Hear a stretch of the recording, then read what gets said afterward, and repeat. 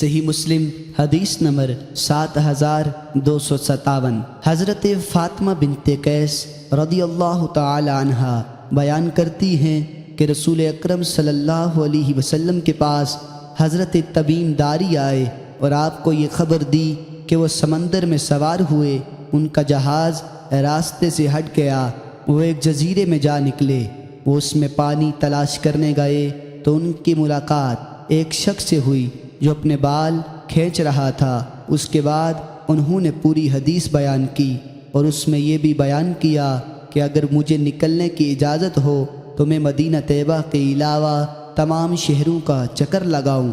پھر نبی اکرم صلی اللہ علیہ وسلم حضرت تمیم داری رضی اللہ تعالی عنہ کو لوگوں کے سامنے لے گئے تو انہوں نے ان سے واقعہ بیان کیا۔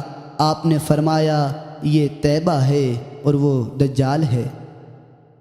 صحیح مسلم حدیث نمبر 7258۔ حضرت فاطمہ بنت قیس رضی اللہ تعالی عنہ بیان کرتی ہے کہ رسول اکرم صلی اللہ علیہ وسلم منبر پر تشریف فرما ہوئے اور آپ نے فرمایا، اے لوگو، مجھ سے تمیم داری نے بیان کیا کہ ان کی قوم کے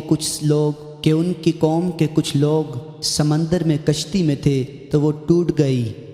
ان میں سے بعض کشتی کی تختیوں پر سوار ہو کر سمندر میں ایک جزیرہ کی طرف جا نکلے۔ اس کے بعد مکمل حدیث بیان کی۔